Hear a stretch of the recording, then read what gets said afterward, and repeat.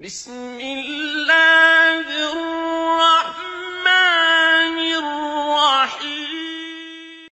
Let's talk about the Bible, okay? Sure. I don't believe either, by the way. You don't believe in the Bible? I don't think there's any God. Okay, you don't believe in God at all? No. Okay, so That's the scientific miracles, the linguistic miracles, the mathematical miracles, the historic evidence, if you put all of that together, Sure. I believe an illiterate man in a desert that had no access to such knowledge, that had never been to an ocean, would not know that there are waves underneath the ocean, that would not know that sweet water and salt water. Yeah. Those things that the Arabs didn't know, that they disputed about, but they came to be true. This shows the miraculous nature of this. When you talk about an extraordinary evidence, we have already agreed that there are linguistic miracles, there are scientific miracles. Okay, scientific miracles, you said I'll give you that. No, I granted that for the sake of the argument. Look, we're not here to debate. If you granted it, that means it's been granted. That means we've established it. Okay. You said you will grant us that there are scientific miracles. For the sake of the argument, yes. Okay, so we are saying that. I don't believe that there are. I don't see it that way, but go ahead. Well, I'm just asking. Okay. Because I asked him a So let me ask you a question. So there's a man who's illiterate. A man who's illiterate. Okay. Unable to read or write. Illiterate. Historic evidence.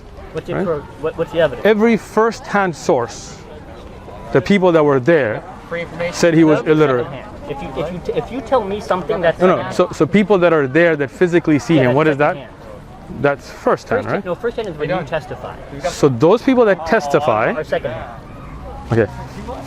So if I go to court and I testify, am I first-hand? If you're testifying what you observed, that's still second-hand testimony. So the first-hand is the person who actually committed the act. Exactly. So those people that were actually there, that spoke to the person, that were committing that act of communication, they were first-hand reports, right? They were the ones speaking to the Prophet. It's still second-hand, but... Okay, so let's go with second-hand. Sure. So those people that met the Prophet Muhammad historically, that documented about him across the board with consensus, without any exceptions, historically said he was unable to read or write. Okay. Okay, so we good there? Sure. Okay. I'm following you so far. Good. So you have somebody who's unable to read or write, right? Never wrote a poem. He was not a poet. So he wrote this book that's... I'm not there yet. I'm not there yet. تكلم عربي؟ أنا لبنانك ما شاء الله. I prefer English. I'm stronger in English and Spanish. تستطيع أتكلم بالفصحى ولا أمية؟ I'm much more comfortable in English. No, but you read the Quran in Arabic, so I'm just trying to see if you understand Fusha. You know Arabic. I can recite it. I read it better in English.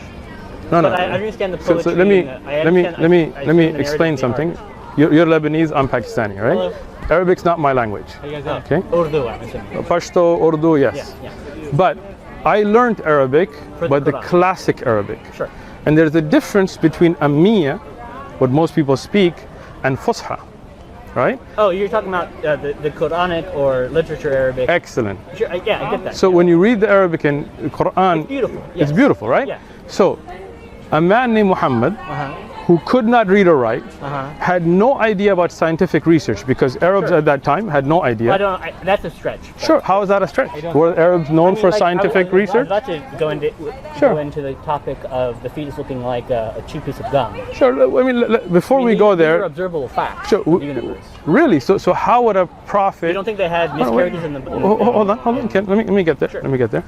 When the Quran talks about the development of the fetus inside the womb, how would the Prophet Muhammad have known about those stages? Miscarriages. I mean, miscarriage doesn't develop, it comes out. No, you don't understand a miscarriage. I think I do understand what a miscarriage is. When you have a miscarriage, a child that's in the womb exits the womb prematurely. Sure. You don't see the development of that child. Of course you can, because not every miscarriage is the same stage of development. So you're saying that the Prophet Muhammad watched... My ex-wife had a miscarriage at almost 6 months. Okay, but so let me... I have pictures of it if you'd like to see it. I'm good, thank you. Okay, so it was about 5 inches long. Got it. And looked like a really, really, really tiny baby. Got it, perfect, okay. Now some miscarriages happen within 2 months of pregnancy. So are you saying the Prophet Muhammad looked at a series of miscarriages?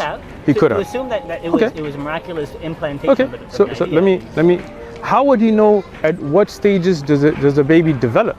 A miscarriage is going to... Math is not hard. Math is not hard for a man in Arabia without I think any... you're underestimating Wait. the capacity to understand Look, if I'm going to listen to you, you listen to me. That's the way you're going to have a conversation. Sure. So if you have something to say, I'll be quiet. Okay? Do you have something to say first? Okay. Do you have... I was going to say, I mean, go ahead. I think obviously... I mean, we understand. It wasn't until the 18th century that we finally understood that it takes 9 months to gestate a child, right? So, thank you. No, I'm saying it wasn't until then. Yes, you're right. So but the Quran discusses that. It's quite possible that at that time,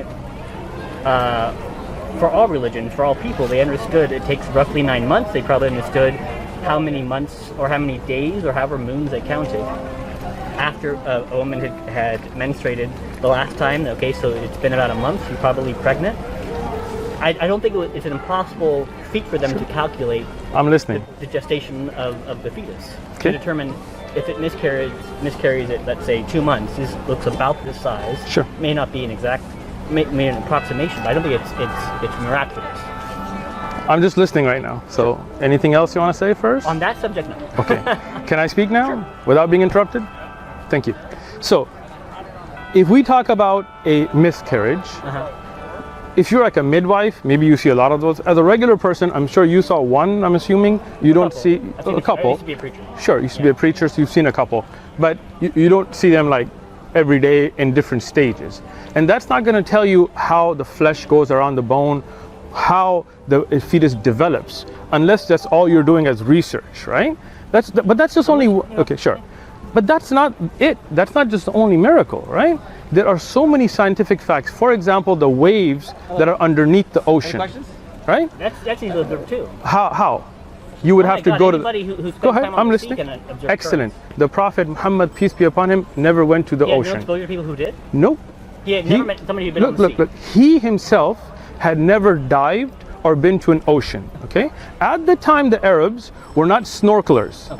Okay. No, wait. Let me. Miracles. Okay, we got all the miracles. We granted it. Okay, good. I'm going to grant you all the not the miracles. I'm going to grant you all the claims. Well, you just said miracles. Now you're going to change it. I don't believe in miracles. Okay. Well, you're a preacher. You don't believe in miracles. All the supernatural claims. Okay. How do you know that? Because of God. Excellent. If a man who is illiterate brings forth a literary work that the Arabs could not match, all of the poets, right? Granted. All Arabic grammar goes back today to the Quran. Nahw and sarf and all that. You agree? I grant that too. Excellent. And it has scientific miracles. Let's grant that too. And it talks about the solar system and everything in balance. You grab all of it. Okay, we're getting there, right? I don't actually believe this, but I'm granting it for the argument. Well, if you're granting it, then here we're going to say that it stands, right? Yeah. Then we say that there has to be a explanation for this, right? Okay. So the Quran itself explains that.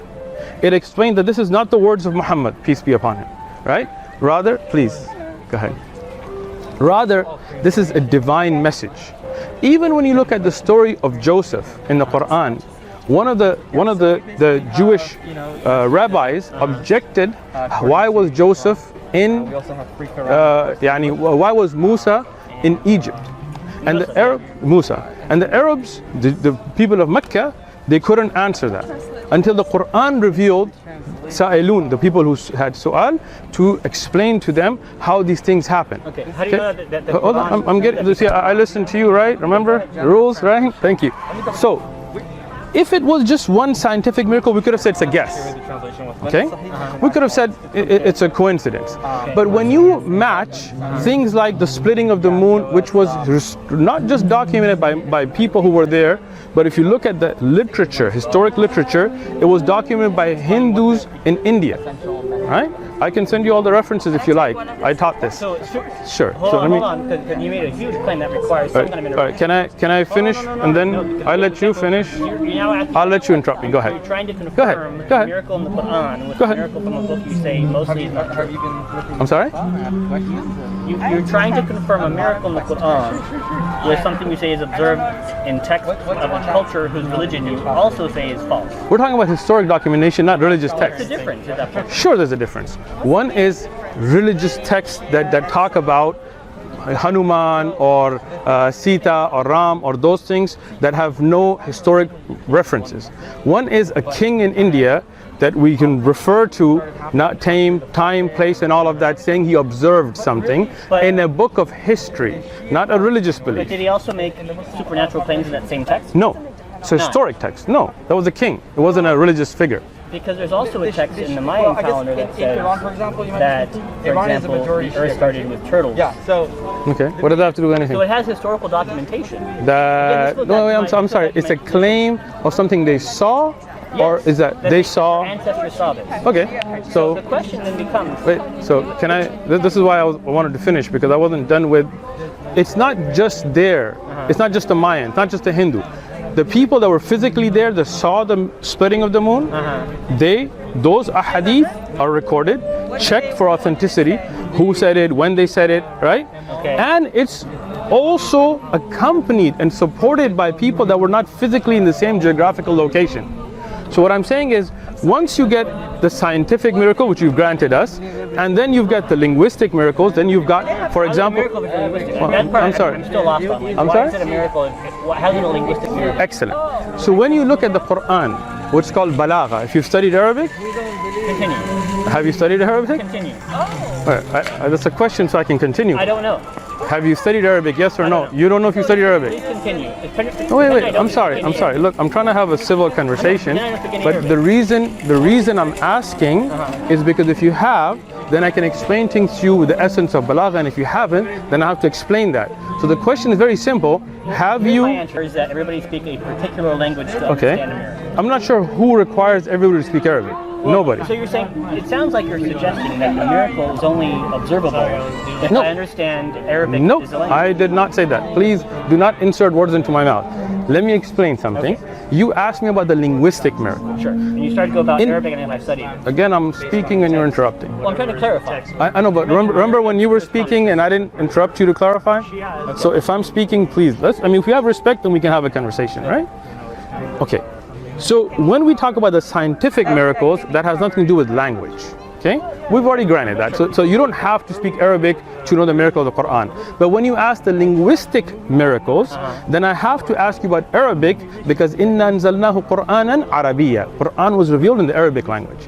So the linguistics of the Quran have to be in Arabic, because that's the language it was revealed in. Okay? So for example, if you talk about the beauty of Shakespeare, you will not understand it in Chinese. You'll have to be explained. You'll have to learn English to understand that. If you want to know the beauty of Spanish poetry, when you translate it, it's difficult. Yeah, no, there isn't, because Shakespeare's not claiming to be divine. I'm going to let you speak then. Then you let me speak. So an interchange also requires clarification. Sure, but if you keep interrupting, then I can't make a point, Can you right? make fallacious points? Okay, then let me finish, and then you can refute it. Listen. No, because now you're getting upset because I'm showing you evidences. No, you're not. Look, That's the scientific miracles, the linguistic miracles, the mathematical miracles, the historic evidence. If you put all of that together, Sure. I believe an illiterate man in a desert that had no access to such knowledge, that had never been to an ocean, would not know that there are waves underneath the ocean. That would not know that sweet water and salt water. Yeah. Those things that the Arabs didn't know, that they disputed about, but they came to be true. Okay. This shows the miraculous nature of this book. This is the word of Allah. That's what I believe. You have an option to believe it or not. It's unlikely. It doesn't mean that it's divine. Why not? How do you explain it then? So that's what we call that's a logical fallacy. It's called the argumentum ad ignorantum. I have no other explanation, therefore I'm going to accept this claim. That's not true, because the claim is in the Quran itself. So the Quran is true because the Quran says it's true? The Quran is true because it tells you it's true, and scientifically, can I finish now?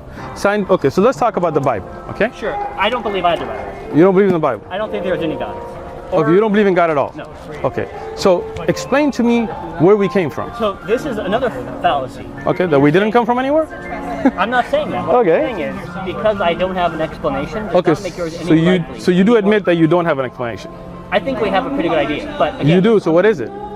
here's my explanation. Okay, I'm listening. Let's say I didn't have any answers. Okay.